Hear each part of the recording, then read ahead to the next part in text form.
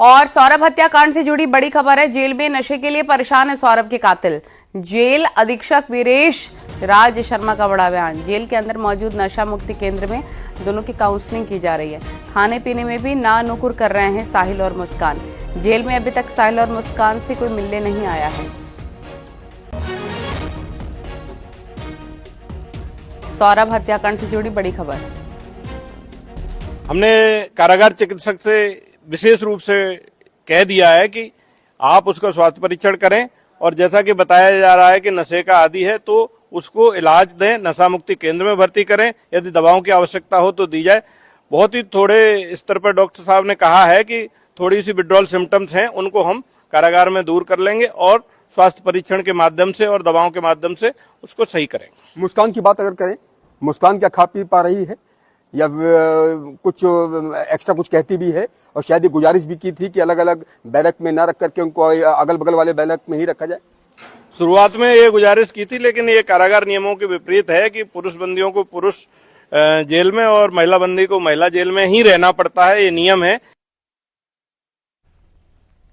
मेरठ में सौरभ के 4 टुकड़े करने के बाद मुस्कान और साहिल ने मस्ती भी की है। शिमला, मनाली और कसौल भी गए। सामने आई तस्वीरें आप देख सकते हैं कैसे साहिल और मुस्कान मस्ती करते नजर आए। इसके लिए दोनों ने मेरठ से एक टैक्सी को बुक किया था और उसको 54,000 रुपए में बुक किया था, उससे पेमेंट की थी और 15 दिन के लिए घूमने निकल पड़े थे। मुस्कान की तस्वीरें भी सामने आई हैं, इसमें वो बर्फबारी के बीच मस्ती करती नजर आई। इसके साथ ही शिमला में मुस्कान ने अपने बॉयफ्रेंड साहिल का जन्मदिन भी मनाया। कसौल में दोनों ने होली भी खेली। ये तस्वीरें हम आपको दिखा रहे हैं। मेरठ कांड का एक एक करके वीडियो सामने आ रहा है, जहां पर कैसे मस्ती करती नजर आई है मुस्कान मर्डर के बाद बर्फबारी में। मेरठ हत्याकांड का सबसे बड़ा गवाह भी आ गया है सामने। सौरभ की हत्या को अंजाम देने के बाद आरोपी साहिल और मुस्कान को मनाली ले जाने वाले ड्राइवर अजब सिंह ने न्यूज 18 पर दिल को दहला देने वाली हत्याकांड से जुड़े हर एक राज से पर्दा उठा दिया है। सुनिए। जिसने उसकी हत्या की है उसके प्रेमी साहिल को लेकर कसौल और हिमाचल ले जाने वाले कैब ड्राइवर हमारे साथ मौजूद है, उनसे बात करेंगे। भैया क्या नाम आपका? अजब सिंह। अजब सिंह, क्या हुआ था, कैसे गाड़ी बुक करी थी, पूरा बताइए जरा सा। मेरे पास ऑनलाइन बुकिंग आई थी, जो विकास भैया के, उन्होंने फोन करा था सवेरे 4 तारीख में कोई 10 साढ़े 10 बजे 9 के बीच में 9 बुकिंग है आई भैया ड्यूटी शिमला मलानी चला जाएगा। मैं चला जाऊँगा, वहाँ क्या दिन का टूर है, मगर 10-12 दिन का टूर है, मगर कोई बात ना चला जाऊँगा। वहाँ क्या चार्ज मिलेगा, मैं तेरे को किलोमीटर मिलेगा, उसमें गाड़ी कितनी भी चलो तेरे को किलोमीटर मिलेगा, दिन का पटरी मिलेगा, तुझे खाने पीने के पैसे मिलेंगे। मैं ठीक है। सो फिर मगर किस टाइम जाएंगे? शाम के टाइम जाएंगे 5-6 बजे। मगर ठीक है, मगर जो 5-6 बजे फोन कर लूँगा, मैं चल दूँगा। फिर उनका फोन आया, मैं निकल गया। मगर आज मैं दिल्ली से पहुँचने वाला हूँ, आप उनका नंबर या उनसे कह दो, फोन कर लेंगे, मैं यहाँ खड़ा हूँ। तो ठीक है, मैं नंबर भेजता हूँ। उन्होंने कहा कहाँ खड़े, मुझे यहाँ जा खड़ा, आप कह रहे वहीं खड़े रहो, हम आ रहे हैं। भैया मैं 6:30 बजे। अजब सिंह, ये बताओ कि कितने दिन का टूर था? तो 4 तारीख से लगा लो तुम, और शाम के, और 17 तारीख की रात को छोड़ा मैंने। मतलब 4 तारीख में मेरठ से गए रात को? हाँ जी, जी। 4 तारीख में शाम को गया मैं, ऐसे 7-7:15 बजे गाड़ी में बैठे। और कब वापस आए? 17 तारीख को 10 या 11 के बीच में।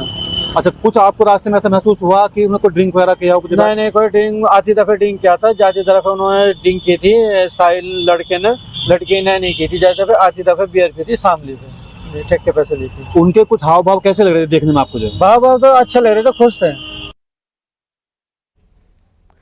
साहिल और मुस्कान को मेरठ से शिमला मनाली ले जाने वाले ड्राइवर ने मुस्कान का एक ऑडियो मैसेज भी दिखाया है, जिसमें शिमला टूर के दौरान होटल में ठहरी मुस्कान ने साहिल के जन्मदिन पर ड्राइवर से केक मंगवाया था। मुस्कान ने ड्राइवर से यह भी कहा था कि वो सिर्फ मैसेज करे, कॉल ना करे। भैया आप अभी थोड़ी देर बाद ही ला देना, कोई सा भी केक ले आना और उस पर लिखवा देना हैप्पी बर्थडे बाबा लिखवाना है, ठीक है ना? और आप बोलना यहाँ लाके कि ये आपका सामान है, इसे रख लो, मैं सुबह ले लूँगा। अब अभी ले आओ आप, पैसे मैं आपको कल ही दे दूँगी। भैया आप मैसेज देख लो, मैं मैसेज पे ही आपसे बात कर पाऊँगी। ये यहाँ पे है ना, तो मुझे सरप्राइज़ देना है रात को, केक कट करवाना है। हाँ भैया ठीक है, आप ले आओ और आके गेट बजा देना। Thank you. बस आप ये ध्यान रखना, पता ना चले उसमें केक है, तो ऐसे ही रख के लाना कि उसमें लगना चाहिए आपका सामान।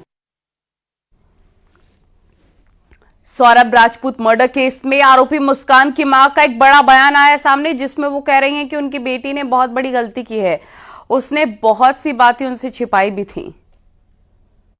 जो भी इंसिडेंट हुआ है उससे यही कहना चाहती हूँ दुनिया के सभी बच्चों से कि बच्चों प्लीज अपने पेरेंट्स से कुछ मत छुपाओ, कुछ मत छुपाओ। मेरे बच्चे ने बड़ी गलती करी है। वो अब मैं बार बार पूछती थी बेटा क्या प्रॉब्लम है, क्या क्यों इतने वीक हो रहे हो, 2 साल में 10 किलो वेट कम होना। उसने मुझसे बहुत कुछ छुपाया।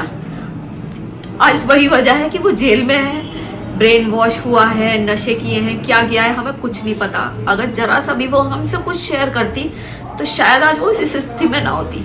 तो सब दुनिया के सामने सभी बच्चों के लिए है कि प्लीज अपने पेरेंट्स से सब कुछ कहो। अगर कुछ गलत भी कर रहे हो तो वो भी कहो, तुम्हारे पेरेंट्स तुम्हारा साथ देंगे। बर्थडे पर जश्न और कत्ल की साजिश। जी हां, मेरठ मर्डर केस में बड़ा खुलासा हुआ कि मुस्कान के बर्थडे पर सौरभ सरप्राइज देने लंदन से भारत आया था, लेकिन यहां उसे मौत का गिफ्ट मिला। कत्ल से पहले बेटी के बर्थडे पर पति पत्नी ने डांस किया, उसके बाद सौरभ का कत्ल कर दिया गया। और इस बीच एक और बर्थडे आया जिसका जश्न शिमला में मनाया गया और लाल रंग से बर्थडे केक पर नाम लिखा था शंकर। अब ये शंकर कौन है, जानकर आप भी दंग रह जाएंगे। इसके लिए देखिए आप ये रिपोर्ट।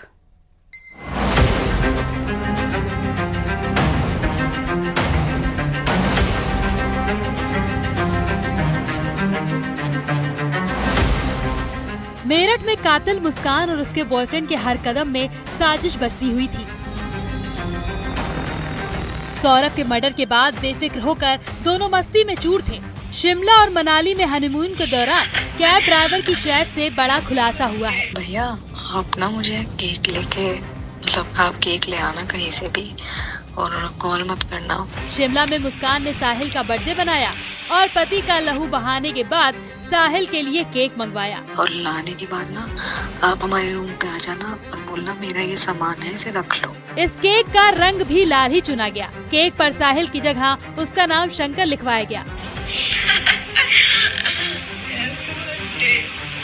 ड्राइवर केक लेकर आया तो होटल के रिसेप्शन पे ही रखने को कहा। दिमाग में पति का खून, लेकिन असल में बॉयफ्रेंड के साथ मस्ती बताती है कि कैसे मुस्कान के रग रग में साजिश थी।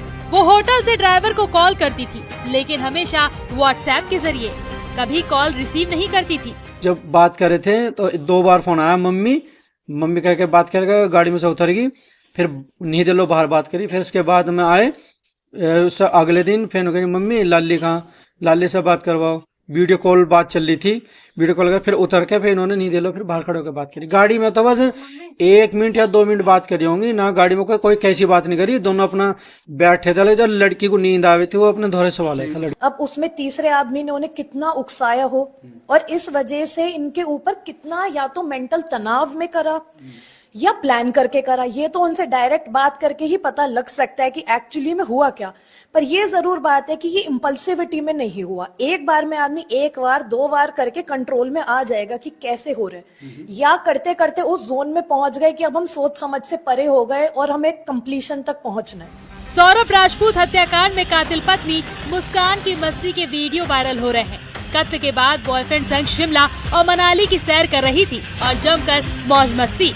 केक खिलाने के दौरान मुस्कान और उसके बॉयफ्रेंड का अतरंग सीन का वीडियो भी वायरल हो रहा है। साहिल और मुस्कान की लव केमिस्ट्री वायरल वीडियो में नजर आ रही है। अब आपको 2 तस्वीरें दिखाते हैं कि कैसे कत्ल से पहले मुस्कान अपने पति के साथ डांस कर रही है और कत्ल के बाद बॉयफ्रेंड के साथ मस्ती।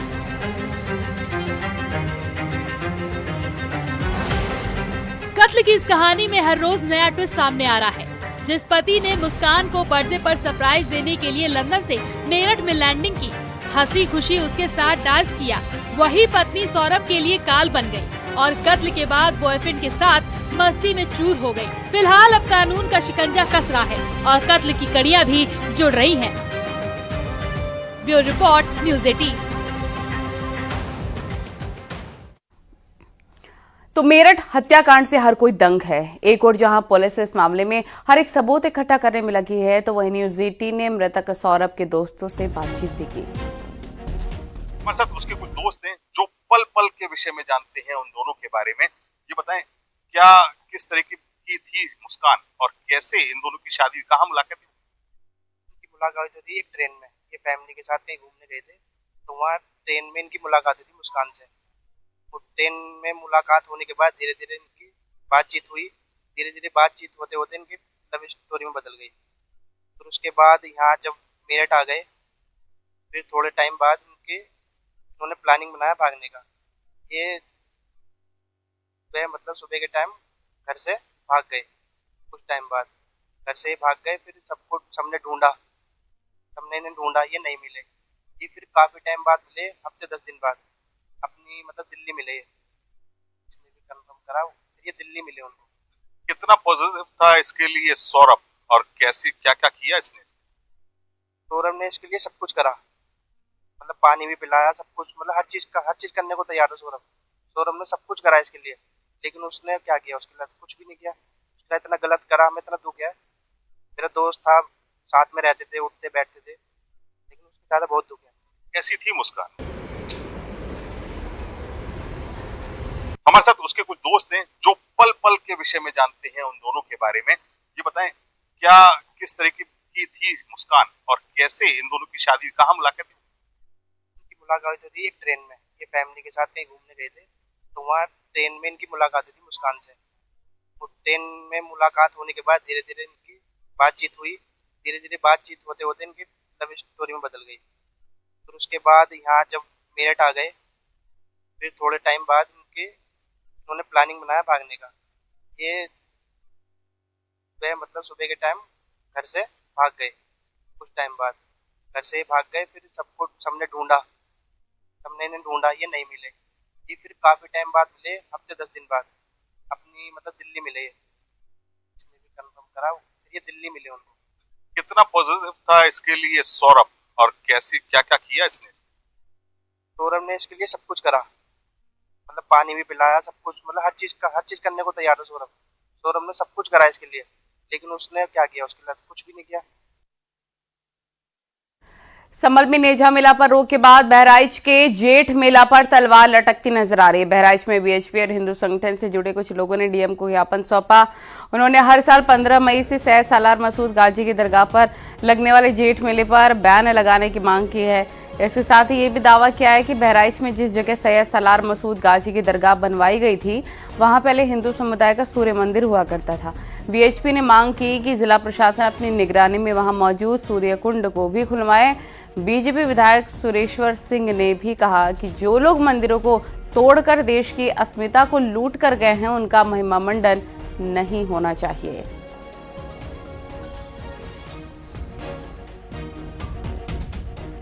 और बहराइच में सैयद सालार मसूद गाजी की कब्र पर लगने वाले मेले पर भी पाबंदी लगाए जाने की मांग तेज हो गई है।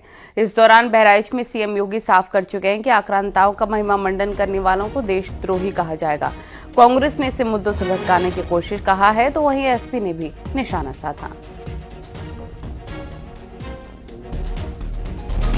पार्टी का काम जो है हर मुद्दे को सांप्रदायिक रंग देना है। रही बात मेले की, तो हिंदुस्तान में तमाम ऐसे मेले लगते हैं जो सांप्रदायिक सौहार्द के प्रतीक रहे हैं, सांस्कृतिक विरासत रही है, और उनका एक इतिहास है, जुड़ा हुआ है हिंदुस्तान की कल्चर से, हिंदुस्तान की तहजीब से। भारतीय जनता पार्टी ये सारे मुद्दे सिर्फ इसलिए उठा रही है क्योंकि उससे कोई बेरोजगारी का सवाल न पूछ ले, उनसे कोई ये न पूछ ले कि भाई किसानों की आय दुगनी का करने का वादा था, उस वादे का क्या हुआ, उनसे कोई जाति जनगणना पे सवाल न पूछ ले। तो इन तमाम मुद्दों को भटकाने के लिए अब सालार गाजी के मेले का बहाना बनाया जा रहा है। संभल के बाद बहराइच में सैयद सालार मसूद गाजी के नाम पर लगने वाले मेले पर भी रोक लगाई जा सकती है। गुरुवार को बहराइच में मुख्यमंत्री योगी आदित्यनाथ ने एक और जहां महाराजा सुहेल देव के पराक्रम का जमकर बखान किया, तो वहीं ये साफ किया कि अब किसी भी कीमत पर किसी विदेशी आक्रांता का महिमा मंडन स्वीकार नहीं किया जाएगा। ऐसा करने वाले लोग देशद्रोही हैं और अब इसे नया भारत स्वीकार नहीं करेगा। जिसके बाद ये अटकलें तेज हो गई हैं कि संभल के नेजा मेले के बाद बहराइच में भी जो सैयद सालार मसूद गाजी की कब्र है, उस पर लगने वाले मेले को रोका जा सकता है, जिसको लेकर सपा कांग्रेस जैसे विपक्षी दलों ने जमकर निशाना साधते हुए यह आरोप लगाया है कि कहीं न कहीं मौजूदा सरकार लगातार हिंदू मुस्लिम के नाम पर लोगों को बांटने का काम कर रही है और ये सिर्फ और सिर्फ सियासी फायदे के लिए किया जा रहा है। कैमरामैन मनोज शाही के साथ राजीव प्रताप सिंह, न्यूज 18 लखनऊ। और महाराष्ट्र में औरंगजेब की कब्र के बाद अब यूपी में सैयद सलार मसूद गाजी की दरगाह पर दंगल शुरू हो गया। गाजी महमूद गजनवी का सेनापति था। संभल में पहले गाजी मियां का मेला था या नेजा मेला पर रोक लगा दी गई थी। अब बहराइच और गाजीपुर में भी इस मेले पर रोक की मांग उठ रही है। इसके बाद इस मेले पर तलवारें लटक रही हैं।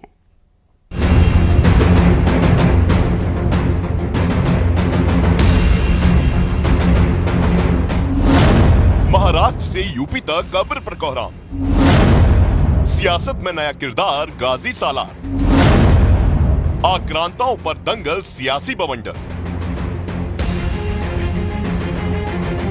उत्तर प्रदेश की सियासत में ये 3 तस्वीरें छाई हुई हैं और वजह है सैयद सालार मसूद गाजी। यूपी के संभल में नेजा मेला पर रोक के बाद बहराइच के जेठ मेला और जौनपुर के गाजी मियां मेले पर रोक की मांग तेज हो गई है। बहराइच में वीएचपी और हिंदू संगठन ने डीएम को ज्ञापन सौंपकर मेले पर रोक की मांग की। राष्ट्र धारक दल नाम के हिंदूवादी संगठन से जुड़े लोगों ने इसके लिए प्रदर्शन भी किया। नेजा मेला जो लगता था संभल में, सोमनाथ मंदिर की लूट के खुशी में नेजा मेला लगता था। ठीक है, आप सभी भारतीय हैं, अगर हमको कोई लूटेगा, कोई मारेगा तो उसकी खुशी में हम मेला मचाएंगे। सैयद सलार गाजी महमूद गजनवी का भांजा था, उनका सेनापति था और उसने सोमनाथ मंदिर को 17 बार लूटा था। उसके अलावा उसने डायरेक्ट भी 1034 ईस्वी में भारत पर आक्रमण करके अनेक मंदिरों को लूटा था और अनेक अनाचार अत्याचार उसने किए थे। उसके नाम पे मेला लगना एक कुप्रथा है, उसको बंद होना चाहिए। वीएचपी और हिंदू संगठन अब दावा कर रहे हैं कि बहराइच में जिस जगह सैयद सालार मसूद गाजी की दरगाह बनवाई गई थी, वहाँ पहले हिंदू समुदाय का सूर्य मंदिर हुआ करता था। वीएचपी ने वहाँ मौजूद सूर्य कुंड को खुलवाने की भी मांग की है, तो बीजेपी ने गाजी को देश की अस्मत का लुटेरा बता दिया है।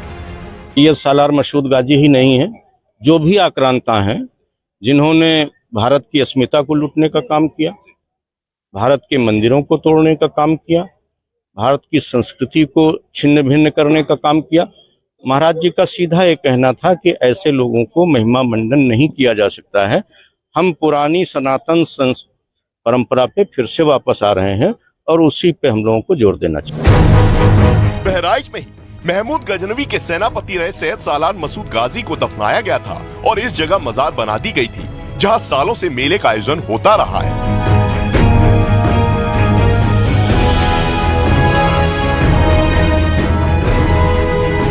प्रदेश का बहराइच जिला आप सुर्खियों में है। वजह बनी है संभल का नेजा मेला, जहां पर मेला लगने की अनुमति न मिलने के बाद बहराइच में भी विहिप के लोगों ने इसे रोकने की मांग की है। हालांकि आगामी जेठ मेला मई से शुरू होने वाला है। हिंदू मुस्लिम एकता का प्रतीक माने जाना वाला ये हजरत सैयद सलार मसूद गाजी रहमतुल्लाह अलैह की ये वो दरगाह है, जहां पर हजारों लाखों जायरीन मेले में दर्शन के लिए आते हैं और अपनी मन्नतें मांगते हैं और उनकी मुरादें पूरी होती हैं। औरंगजेब की कब्र के बाद अब सैयद सालार मसूद गाजी की दरगाह पर सियासी तलवारें खिंच गई हैं। गाजी मियां का मेला या नेजा मेला हर साल मई में लगता है। मेला बहराइच में सैयद सालार मसूद गाजी की दरगाह पर आयोजित होता है, जहां उसकी कब्र है, जिसे जेठ मेला भी कहा जाता है। मेला बहराइच से भदोही और जौनपुर तक पहुंचता है। अब इसी मेले पर रोक की मांग बहराइच के बाद जौनपुर में भी उठी है। जब भारत की सनातन संस्कृति और भारत की परंपरा का गुणगान दुनिया कर रही है, तब भारत के महापुरुषों के प्रति श्रद्धा और सम्मान का भाव हर नागरिक का दायित्व होना चाहिए। और इन स्थितियों में किसी भी आक्रांता को महिमा मंडन नहीं करना चाहिए। एक पुलिस के ऑफिसर का वीडियो देखा, नहीं उन्हें लुटेरा था, तुम मेला नहीं लगाना। कैसे मालूम तुम कौन लुटेरा था? नहीं लुटेरा था, तुम नहीं लगाना। अच्छा लिख के दे दो लुटेरा था, कानून बना दो लुटेरा था, और हमको बताओ लुटेरों का कौन कानून बना के बोलो ये सब लुटेरे हैं, और हमको ये बताओ कि कौन लुटेरा नहीं था उसका भी कानून बनाओ। सैयद सालार मसूद गाजी को लेकर हिंदूवादी संगठनों ने मोर्चा खोल दिया है और इस पर सियासी बहस छिड़ी हुई है कि वो संत था या लुटेरा। लेकिन सवाल है कि अगर वो लुटेरा था तो इतने सालों से उसकी याद में मेला क्यों आयोजित होता रहा?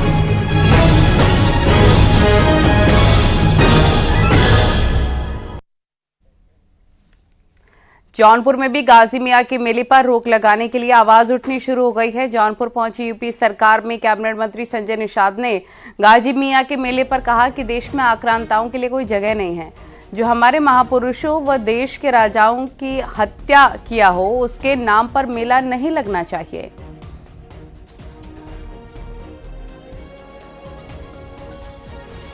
आक्रांताओं की कोई जगह नहीं देश में। कोई अपने बेटे का नाम औरंगजेब रखा हो तो, अली गाजा रखा हो तो बता दे। आदर्श अगर मानता तो अपने बेटे का नाम रखे। आप इस तरीके से जो देश को मर्दन किया हो, भारतीय संस्कृति को नष्ट किया हो, उसको मुसलमान धर्म अलग है, ये जो आक्रांता अलग हैं, धर्म अलग है, आक्रांता अलग है। इसलिए आक्रांताओं के नाम पर कोई भी मेला नहीं लगना चाहिए, क्योंकि मेला आदर्श होता है। मेला से सीखते हैं तो क्रूरता थोड़ी सीखेंगे। चंदौली में संवैधानिक अधिकार रथ यात्रा लेकर पहुंचे संजय निषाद ने मुसलमानों के बहाने कांग्रेस पर निशाना साधा। मुसलमानों की हालत सबसे खराब बताते हुए कांग्रेस पर निशाना साधा है और कहा है कि जालीदार टोपी वाले जब तक कांग्रेस और दूसरों का झंडा उठाते रहेंगे तब तक पीठ पर खाते रहेंगे डंडा।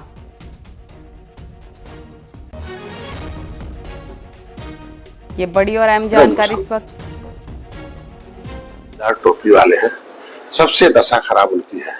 ये जालीदार टोपी वाले जब तक ये कांग्रेस और दूसरे का उठाते रहेंगे झंडा, तब तक ये पीठ पर खाते रहेंगे बेचारे डंडा, तब तक बनते रहेंगे अंधा। इनके बच्चों के भविष्य का लूट कर चलता रहेगा धंधा। हमारी सरकार चाहती है मुसलमान का बेटा का डॉक्टर इंजीनियर बना है।